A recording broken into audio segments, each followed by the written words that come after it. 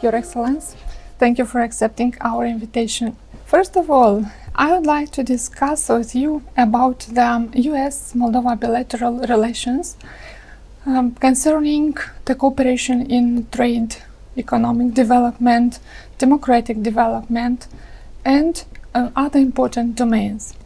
Thank you, and thank you for having me on the show today. I'm glad to be here again in Belts. I think this is my third or fourth trip now, and it's always a great time to come here. Your question is perfectly aligned with the kind of work that I'm doing while I'm here today, because the US and the Republica Moldova have had a really strong relationship for now more than 32 years, and ups and downs have happened on the politics, but we've always been strong partners, and I think that's the most important part of our relationship, partnership, because we want to work together. And when I think about some of the areas that you mentioned, we have been very engaged. And for example, I'm here in Belts partly because the United States government through USAID is donating some generators to the Nordchet heating facility, to the hospital, the main clinical hospital, and some other places. Though in case this winter there is a problem with energy, you'll be able to have heat and light, which is really important. We hope there won't be any kind of a problem, but with Russia's terrible war in Ukraine, we aren't so certain. Another area that we've worked on, I spent time this morning at the university because we've spent a lot of time engaged with people-to-people relationships. We've had more than 6,000 Moldovans have participated in US government exchange programs. And that's because we believe in the future of the next generation, and we want to keep working in education. Another area we've been working on the trade front and economic development is we try very hard to find ways to promote a strong and successful Moldovan economy. Because we have one way of thinking about the work we do here. We try to think of it in terms of how we can help Moldova be more democratic, more prosperous, and more secure. And all of the parts of our relationship all work to support that goal. As far as we know, you had this public lesson today with students from the Alec Rousseau State University from Balti. Can you tell us, please, which is the attitude of Moldovan students towards these relations, these bilateral relations, US-Moldova? Thanks for that question, because it was fun today. We had more than 100 students and faculty members at the Nordtech facility, the part of the Alex Rousseau campus. It was great to see them. They asked a lot of questions, which is really important to me, because engagement with the next generation is really what it's all about. And how can we promote this development here in the Republic of Moldova? I think their attitude was one of interest, partly because it was an opportunity to speak English and to exchange views.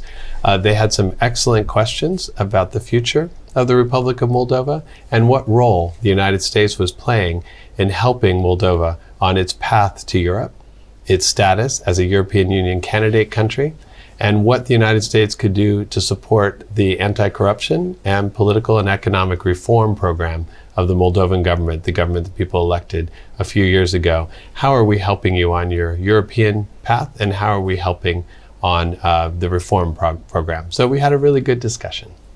I am glad to hear that. Speaking about education, yes, health, governance, and institutional reforms, how does US support Moldova in these directions? We have a number of ways. One I mentioned already, which was the exchange programs that we have that many Moldovan young people and older people, professionals, have also taken part in, which has been great. More than 6,000 alumni of our programs. We also work very hard to bring specialists here in form of speakers, professional people who can help, whether it's at universities or whether it's engaging with their professional counterparts. Through USAID, we have the Future Technologies program and the Future Classrooms program. You can see that at Nordtech. They're very active there, trying to expand now from a little over 100 school classrooms around the country now to more than 300 in the next few years. So bringing technology to students, helping them want to stay here and work here. On the health side, we've done a lot of work. I just was joined with the EU ambassador and the Minister of Health in donating 1,200 new hospital beds for hospitals around the country. We also have been working through our military programs. Through the Department of Defense has a humanitarian assistance program where we've done some work on schools and hospitals renovation and helping with equipment, but also helping with the renovation of the buildings. So we have a number of different ways that we've been working with Moldova around the country. One of the actual problem is the problem of the Transnistrian region. Mm-hmm. How does the US appreciate the efforts of reconciliation and mediation of this problem with the Transnistrian region? Thanks for that question. Transnistria region, the United States is a strong partner and participant in the OSCE-led 5+2 talks. Obviously, it's difficult right now to see the 5+2 format working well, given the Russia's terrible war in Ukraine and the fact that Russia and Ukraine are both observers as the United States is in this process. But we continue to see the value. We continue to see Moldova and the importance of a Moldova that is politically sovereign, territorial unit that is one country. That continues to be our goal for reintegration. So we'll continue to support this process through the OSCE. We've been pleased to see that the one-on-one relationships continue under the OSCE guidance, and we continue to find ways and work to support this process that will lead to the reintegration of the country of Moldova. In this context, how do you see the challenges and the progress of Moldovan's European course, also referring to the implementation of the association agreement with the European Union and the free trade agreement? Mm-hmm. I think that we have watched from the United States and been supportive of finding ways that we can promote Moldovan industry and Moldovan agro-industry in particular, taking advantage of that deep and comprehensive free trade agreement that Moldova and the European Union have had now for several years. We have, for example, worked very hard with Moldova's wine industry. Through USAID over the past few years, we've been able to help Moldovans who know how to make wine, who are good at it and understand it, help them though make this into a high value export that can go to the European Union, that can go to European Union countries. So we've seen that kind of exact direct correlation of economic prosperity and support growing because of the work we've done together in wine. The IT industry is another one, information technology. We see Moldova playing a very important role, and we see so many companies coming here and working here, and we see young Moldovans who are professionals who are finding great careers in the IT industry. So that's another area the United States has worked very hard to support. We see all of this leading to and helping to lead to Moldova's European path. And what we hope we'll see in the next few months is an agreement by the European Union countries to open accession talks with Moldova on actual membership. So that's a goal, I think, for Moldova. It's a goal, I know, for the United States of how we can help Moldova get to that goal of joining the European Union. At the beginning of our dialogue, you have mentioned something about energy and energy security. Which are the ongoing efforts to strengthen Moldova's power or position in energy security, in promotion of the renewable energy and energy efficiency? Yeah, those are both really important areas for energy. And one of the things that the United States is very proud of is our support of Moldova as you seek not only energy security, but energy resiliency and energy getting away from energy dependence on one source. You know, just 2 years ago, Moldova was nearly 100% dependent on sources of energy from the Russian Federation. And in just 2 years, thanks to a lot of hard work by people in Moldova and in people in the international community or development partners, Moldova's been able to ensure that on the right bank of the Dniester, all of the energy that is now being used here is not coming from Russian sources, it's not coming from Gazprom. That's a remarkable change in just 2 years. And working with Moldovan government officials who now buy and sell energy on the international market, who are able to store energy for Moldova's use. We saw this last winter, getting through the winter in a very good way. So the United States has been a strong partner. We have been helpful. We have a very strong energy program. And most recently, the U.S. Congress supplied the United States with another $300 million in order to help Moldova continue on its path to energy self-sufficiency. So we're very excited about that because we've got some additional programs, some infrastructure projects that we hope to announce in the next months. And one of those areas will be an area about how to store energy, because that's always important, because once you have the storage set up, then you can figure out how to do the renewables. And so we are very focused on helping Moldova reach its aspiration of being a renewables-friendly country, being a green economy, looking for ways that we can help. So obviously, though, once you have this energy, you've got to have the legislation that allows companies to operate here. And then once they collect that energy, whether it's wind or solar or biomass, it's all got to be able to be stored and then put into the grid. So these are some of the exciting projects we'll be working on over the next year or two with the government of Moldova in order to help Moldova increase its energy self-reliance and self-sufficiency. So we need sustainable projects and projects which you can help us Absolutely. develop. But we also need to involve people in understanding that the external support, financial support, if to mention, it comes to make their lives better. How do you think the disinformation concerning this subject of the energy security and energy efficiency, this phenomenon can be increased in the context of the incoming cold season or not? I think that as we get closer to winter, it's always a concern for any government, any country to be prepared. And we have seen a great deal of effort on the Moldovan government's part to be prepared. I know the Minister of Energy recently spoke again to the fact that Moldova has sufficient reserves, especially in gas, in order to think ahead and be prepared for the winter. We know the connection to the European electricity grid that has happened back in February of 2022 has continued to grow and be used both for balancing and also for supplying electricity, as well as Moldova the government of Moldova reaching an agreement on an MGRES contract for this next winter as well, and through the next year will also help continue to provide electricity at an affordable price for Moldovans. So all these different ways, we try to find ways to be helpful, to see how we can help with this new resilience and this new energy self-sufficiency. So Moldova and Moldovans are making their own decisions and making decisions that is not at the subject to someone else's decision as to whether to turn on or off the electricity. So let's remain a little bit in the area of the disinformation. Yeah. And to speak about the hybrid warfare. Yeah. Which are the threats about this hybrid warfare concerning the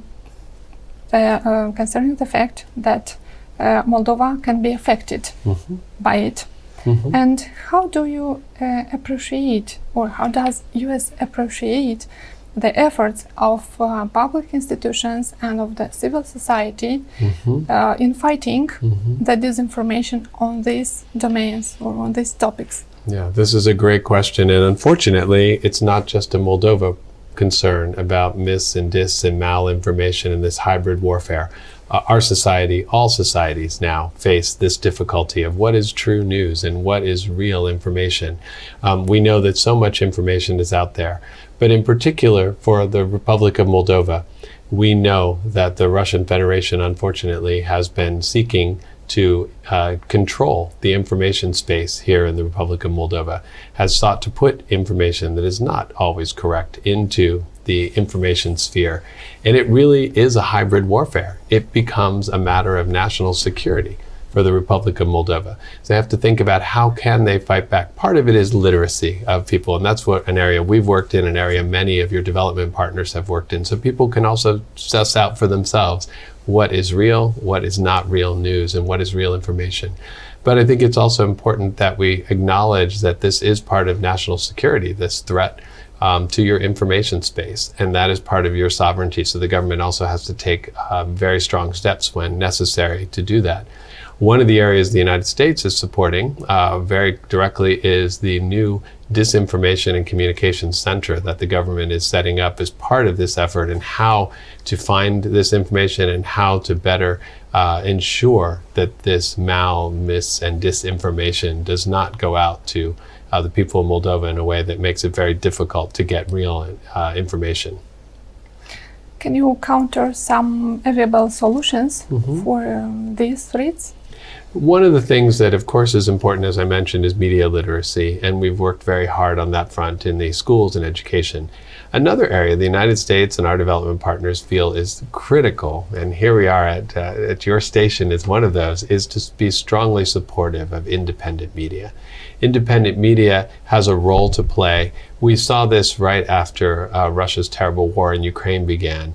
People who had looked to Russian language, Russian-based sources of information had to look around and say, wait, that isn't the information we want. We need to know what's really happening in Ukraine. And who did they turn to but independent media? We saw the numbers go very high, whether it was Russian language, Romanian language, it didn't matter. But people were looking for true and accurate information. So that has been the main way that the United States has tried to be supportive of independent media, and whether that's individual stations or whether it's journalists in training, investigative journalists, again, like you have here, that's so important to any democratic society. Those are all important ways that I think we, as your development partners, can help the people of Moldova fight mis, dis, and malinformation. Oh, thanks. In 2 days we have elections. How do you think this campaign went on, and how much did the Russian Federation involve in this election campaign? Look, we've been very concerned at the reports that we're hearing about a lot of illegal money flowing into campaigns around the country. That's always difficult for any democracy. You want to have free and fair elections, that people follow the rules. So that's obviously very troubling. It's something that we've heard from the government, and we've worked with the government to try to help figure out how to stop that kind of illegal funding of political activities. But most of all, I think it's really important that people in Moldova exercise their right to vote, that they get out and they participate in elections. That's just the same thing we have in the United States. I talked a little bit with the students this afternoon at the university, and it's very important to encourage them to get out there, to participate, to show that they value their democracy, and also to demonstrate to the people who are trying to influence elections that it's much more important to show that your vote has to be earned. It's not something you can just buy. And that people need to ask candidates, what are you promising? And what are you able to deliver? That's really the important part of democracy. We are not perfect. The United States also has these challenges. We always try to do it, but I think the Republic of Moldova, given the input of this illegal money, given the fact that we know Russian sources of money have come in, Russian misinformation, as we've talked about. Last year, the United States sanctioned a number of oligarchs from Moldova, as well as FSB agents who got involved in negative ways, manipulating previous elections. That's something we know that's happened here, and we continue to see that as an issue and a problem and a concern for Moldovans. So again, the important thing is for people to get out and to participate, exercise their right to vote, and choose candidates who are good and will represent them. I'm surprised to hear that America confronts the same problem of the small percent of involving young people in voting. How do you motivate them? And which are the reasons of such a small participation? I think it's a problem for all of our societies, because young people, it takes them a little while to feel like they have a voice and they need to exercise it and use it. I know in the United States, one of our issues is people just don't take the extra step to register. And we've been trying very hard to get young Americans to figure out how to register to vote, make it easier. We also have some incredible support from some young stars, movie stars, music stars who want to tell their peers that it's important. It's an important right and responsibility that you have to vote. So I have to point to just a few months ago, we had the very, very famous pop star Taylor Swift came out with a campaign and asked her supporters to please go out and register to vote. Not to vote in a certain way, but to register to vote and exercise their vote. And the next day, something like tens of thousands of people actually went out and registered to vote. So that's the kind of work we do in the United States. We try very hard to encourage younger voters, and we try to make it very easy for them to register to vote so that they'll participate. Do you involve also civil society organizations in motivating young people? We absolutely do. We call on not only groups that support voting rights and support education, but all groups to encourage their younger members, to encourage, whether it's people in universities, to encourage young professionals. So civil society and the press play an important role as well in getting people motivated, especially young people. I'm proud to say my kids who are in their 20s are very focused on voting. They like to use their right. They want to vote. And I also try to encourage them to tell their friends, because it's also one of those things that people can encourage their peers to do. It's a positive thing. Thank you. I was honored to have this dialogue with you. Thank you. It's great to be here in Belts, and I look forward to being back soon. We are waiting for you each time you are in Belts or in Moldova as well. Thank you. As you're welcome to our studio, you and your team. Thank you so much. Thank you.